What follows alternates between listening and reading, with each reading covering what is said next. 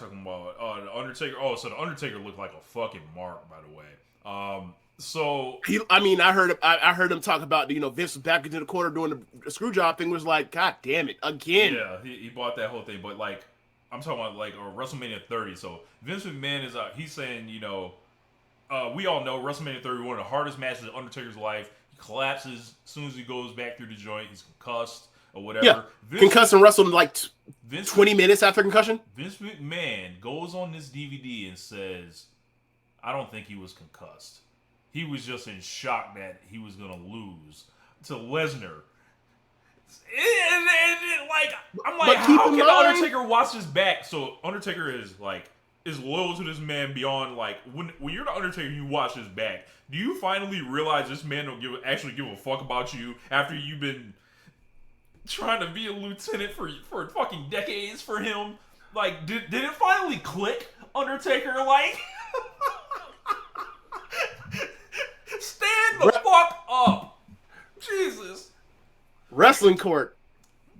Anyway, so the biggest mark of them all. So there's also the one where it's like Vince and Hogan, they both want credit for it still. Well, yeah, they both jockeying for credit on it. I will say this though. I think at this point in the game, they both made it where like this was the star, this was the mind behind the star. They have at least settled on that part, at least at this stage of it. Now, the part that was funny for me, you mentioned marks. Man, marks and liars. Hogan and Vince, they was doing their thing. They was out there looking like Miami Heat, Wade and LeBron when they was out there talking about, hey, we didn't know if Andre was gonna let it happen. We didn't know. I was like, if you don't get the fuck out, that was an old reliable. Like Hogan was out here dipping in, like, yeah, this is this is Stockton Malone. This is pick and roll right here. We done did this 1,000 times. Like Hogan was out here.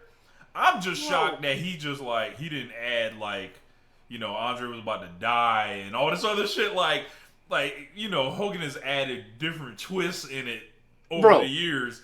He said in the same interview, I would assume, because he's wearing the same shirt. I hope he ain't rock kicking it like that at this point or whatever.